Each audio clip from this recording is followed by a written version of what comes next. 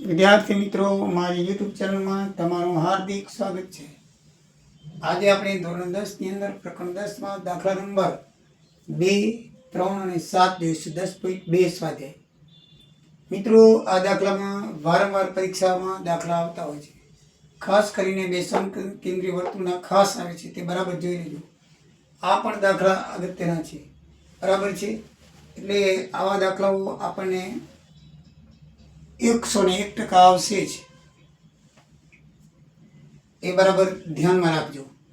તો મિત્રો, આવી આકૃતિ હોય ત્યારે હંમેશા ચતુષ્કોણ બને, એ બરાબર ધ્યાનમાં રાખવાનું. આ જો આ રીતે ચતુષ્કોણ બને છે, તો ચતુષ્કોણના 4 ખૂણાનો આધાર લઈને તમારે દાખલો ગણશો તો તમારો આવી જશે. બે સમકેન્દ્રીય વર્તુળ હોય ત્યારે હંમેશા કાટકોણ ત્રિકોણ બને. આ એક ત્રિજ્યા છે એક બાજુ, આ સામે બીજી ત્રિજ્યા છે મોટા વર્તુળની કર્ણ બને, અને આ એક બાજુ બને. કાટકોણ ત્રિકોણમાં આ બાજુ શોધવાની આવે કે આ બાજુ શોધવાની આવે. તો જો જીવાની લંબાઈ શોધવાની હોય તો પીબી તમને મળશે. તો એબી શોધવું હોય તો એને ડબલ કરી નાખવાનું, તો તમને પીબી મળી જશે. કારણ કે કેન્દ્રમાંથી દોરેલું લંબ જીવાના બે સરખા ભાગ બનાવે, એપી પીબી બે સરખા હોય. પીબી 4 હોય તો આ 4 જ હોય, એટલે 8 આવે. આ સેમ છે, બરાબર છે. આ બે આકૃતિઓ ચતુષ્કોણ બનાવે છે. 4 પ્રકાર છે. મેં તમને આગલા વિડીયોમાં જે શીખવાડ્યા એમાંય પણ કાટકોણ ત્રિકોણ બને છે. એના ઉપરથી તમને એક વર્તુળવાળો દાખલો હતો. આ રીતે એક બાજુ આપી, બીજી બાજુ ત્રીજી બાજુ શોધીને જીવાની લંબાઈ શોધવાની હતી. બે વર્તુળવાળા દાખલા આવે તો આ રીતે આવે. આ બે વર્તુળ સમકેન્દ્રીય છે, તો આ ત્રિજ્યા આપણને મોટા વર્તુળની ત્રિજ્યા એટલે આ મોટા વર્તુળની ત્રિજ્યા, આ મોટું વર્તુળ છે. અને નાના વર્તુળની ત્રિજ્યા એટલે ઓપી બને, મોટા વર્તુળની ઓબી બને. એ રીતે બે વર્તુળમાં પણ પાયથાગોરસના સિદ્ધાંતનો ઉપયોગ કરવાનો, એક વર્તુળમાં પણ પાયથાગોરસનો સિદ્ધાંત ઉપયોગ કરવાનો. ચતુષ્કોણ આવો જે હોય, ભમરડા જેવી આકૃતિ, બલૂન જેવી, તો એ બલૂન જેવી આકૃતિમાં ચતુષ્કોણ બને એટલે તમારે ચતુષ્કોણ તમારે ઉપરથી મળી જશે. બરાબર મિત્રો, એટલે બરાબર યાદ રાખજો. ચલો આપણે દાખલા જોઈએ. આકૃતિમાં દાખલામાં આપી દીધેલી છે, અને ટીપી અને ટીક્યુ એ કેન્દ્રવાળા વર્તુળ, આ જો ટીપી અને ટીક્યુ બે સ્પર્શક છે. શું છે? બે સ્પર્શક છે. તે કેન્દ્રવાળા કેન્દ્રવાળા વર્તુળના POQ બરાબર 110 બનાવે છે. એટલે આ બે જે છે એ 110 નો ખૂણો બનાવે છે. તો બંને સ્પર્શકો છે બનાવતા ખૂણા, તો PTQ કેટલા અંશ થશે? તો PTQ બરાબર છે. આપણે આ ખૂણો શોધવાનો છે.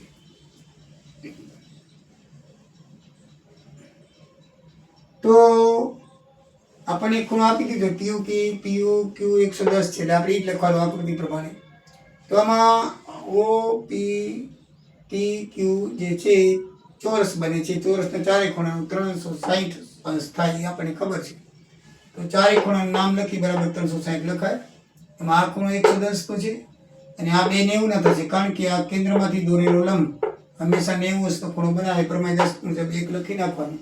એટલે આ 110 નો, Q 90 નો, P 90 નો, અને T શોધવાનો છે. તો 290 ત્રણેયનો સરવાળો થાય, તો T બરાબર 290 360 માંથી બાદ કરશો, T બરાબર 70. તમારો જવાબ આવી ગયો.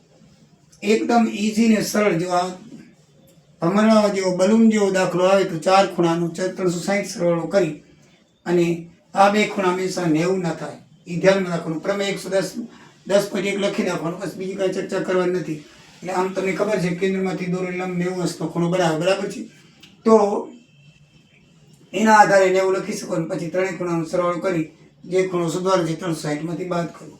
આમાં પણ મિત્રો થોડુંક અલગ છે, પણ છે એનું જ, બરાબર છે. અત્યારે ચતુષ્કોણ OPB બને છે. શું બને છે? OPB.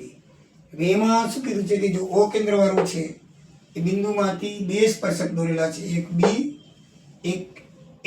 એ P બિંદુએ છેદે છે. BP AP. PA અને PB વચ્ચે 60-80 અંશનો ખૂણો બને, એટલે આ 80 નો બને.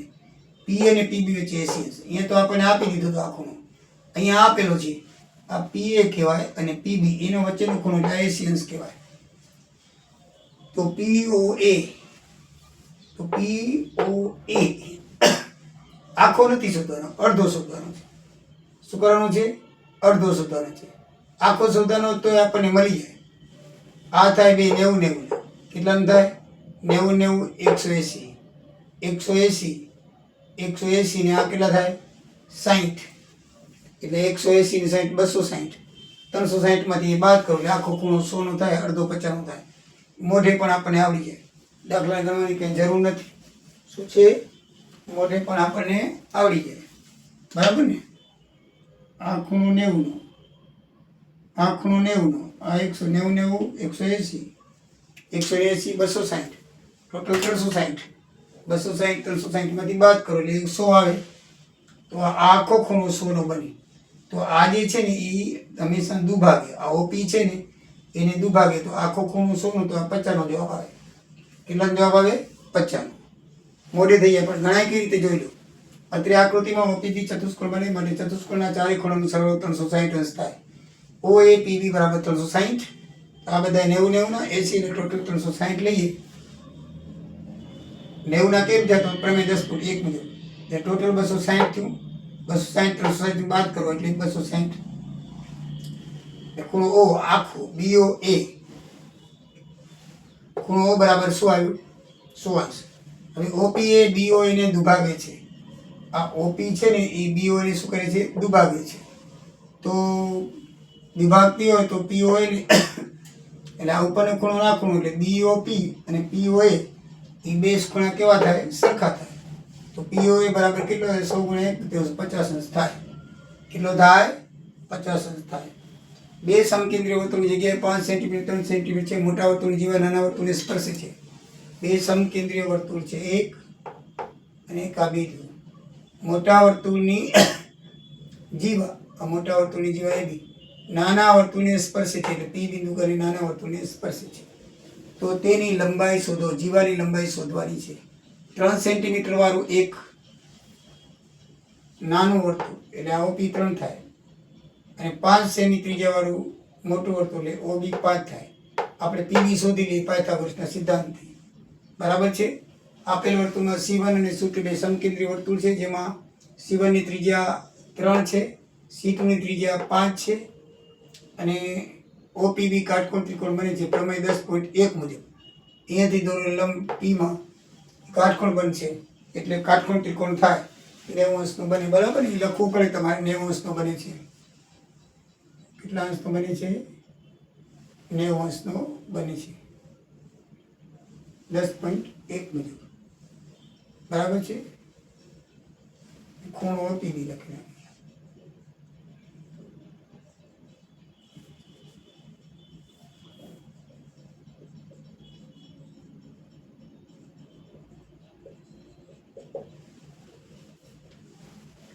તો પાયથાગોરસના સિદ્ધાંત પ્રમાણે કર્ણ એટલે OB નો વર્ગ બરાબર એક બાજુ એટલે OP PB, OP નો વર્ગ PB નો વર્ગ. કર્ણ 5 નો છે, OP 3 આપેલી છે, PB શોધવાની છે. 5 વર્ગ 25, 3 વર્ગ 9, PB વર્ગ 25 માંથી 9 જાય તો 16, તો 25 માંથી 9 ગયા 16, 16 બરાબર PB નો વર્ગ. વર્ગ બંને બાજુ કાઢવા હોય તો બંનેના વર્ગ કાઢવા પડે. આનો વર્ગ તો છે જ, આનો વર્ગ 4 નો વર્ગ થાય તો PB બરાબર 4 સેન્ટીમીટર થાય. આ 4 હોય તો આ પણ 4 થાય. તો AP બરાબર 4, PB બરાબર 4, તો AB બરાબર 8. 4 હોતા 4 8 થાય, તો આપ 2 વડે ગુણી નાખો તો એ પણ ચાલે. હવે મિત્રો આ એક્સ્ટ્રા દાખલો છે, આ જ રીતનો છે. જે પહેલી રીત એક વર્તુળ વાળો છે, એમાં તમને પહેલા આખી ત્રિજ્યાનું માપ આપી દેવામાં આવે. આમાં ફરક શું છે કે વચ્ચે આ M કેન્દ્રમાં છેદે છે એમ કરીને M એનું જ માપ આપ્યું છે, આનું માપ નથી આપ્યું. એટલે PM ત્રિજ્યા કહેવાય આટલી. આ PB એ ત્રિજ્યા છે એટલે એને R તરીકે દર્શાવાય, રેડિયસ, બરાબર છે. તો આપણે એની જેમ જ પાયથાગોરસ આ ખૂણો 90 અંશનો બને, B ખૂણો 90 અંશનો થશે પ્રમેય 10.1 મુજબ, એટલે APB આખો છે કાટકોણ ત્રિકોણ બને. તો આ AP નો વર્ગ બરાબર PB નો વર્ગ બરાબર AB નો વર્ગ થાય. હવે કર્ણનો વર્ગમાં શું આવશે? આટલું જ માપ દીધું છે, AP એટલે 25, આ નથી આપ્યું તો R 25 વત્તા R થશે. કેટલું થશે? 25 વત્તા R, કાઉન્સનો વર્ગ. બાકી આનું માપે નથી PB, તો એનું આપણે ઈ R કહેવાય એટલે R નો વર્ગ વત્તા 45, આનું માપ દીધું 45 નો વર્ગ. હવે આપણે સંપૂર્ણ વર્ગ પૂર્ણ વર્ગની પદાવલી થઈ, બરાબર ને. AB નો A વત્તા B નો સ્ક્વેરમાં શું કરીએ? A વર્ગ વત્તા 2AB વત્તા B નો સ્ક્વેર, એ રીતે આપણે નિત્યસમ છે. તો પહેલા પદનો વર્ગ 25 નો 625, બે પદનો ગુણાકાર ગુણ્યા 2, 25R ગુણ્યા 2 એટલે 50R, છેલ્લા પદનો વર્ગ એટલે R નો વર્ગ. સામે આવશે આરનો વર્ગ 45 નો વર્ગ 20 25. આ આરનો વર્ગ આરનો વર્ગ નીકળી જશે, બરાબર, બંને બાજુ કોમન છે. હવે 625 આ બાજુ જશે એટલે આ બાજુ ખાલી 50 આર રહેશે. 50 આર બરાબર 20 25 ઓછા 625. તો આર બરાબર 20 25 માં 625 જાય એટલે 1400 અને 50 નીચે આવે એટલે ભાગાકાર બનશે. આર બરાબર 1400 ભાગ્યા 50 એટલે 28 આવે. તો એની ત્રિજ્યા શોધવાની છે, તો વર્તુળ ત્રિજ્યા 28 થાય. કેટલી થાય? 28 જવાબ આવે. તો મિત્રો આ રીતે બધી રીતના દાખલા વર્તુળના ચલાવી દીધેલા છે. એટલે આ જ રીતના દાખલા આવશે. એમાં માપમાં ફરક હોઈ શકે, બરાબર છે, આંકડામાં ફરક હોઈ શકે. આ રીતથી બહાર એક પણ દાખલો હશે નહીં. મારી ગેરંટી છે કે કોઈ પણ આ બસ આટલી રીતના દાખલા કરી નાખો, કોઈ પણ દાખલો બહાર નહીં હોય. માપમાં ફરક હોઈ શકે છે. માર્ચ જો તમે અપેક્ષિતોમાં કે બીજે ક્યાંય જોશો ને તો પેપરમાં જોશો છેલ્લા 5 વર્ષોમાં તો આ જ દાખલાઓ પૂછાણા છે. આ જ સમકેન્દ્રીય વર્તુળના અને એક આમાં આખા વર્તુળના, એક વર્તુળ 2 વર્તુળવાળા, ખાલી માપ બદલ્યા છે. બાકી પાયથાગોરસના સિદ્ધાંતનો ઉપયોગ કરીને તમારે દાખલો કરવાનો છે.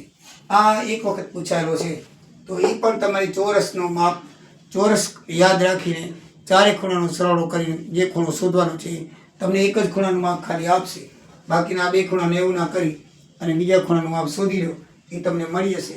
અને અડધા ખૂણાનું કીધું હોય તો 2 વડે ભાગીને પણ તમે આ રીતે કરી શકો છો. અહીંયા આખા ખૂણાનું શોધવાનું કીધું છે, સીધો આવી જશે.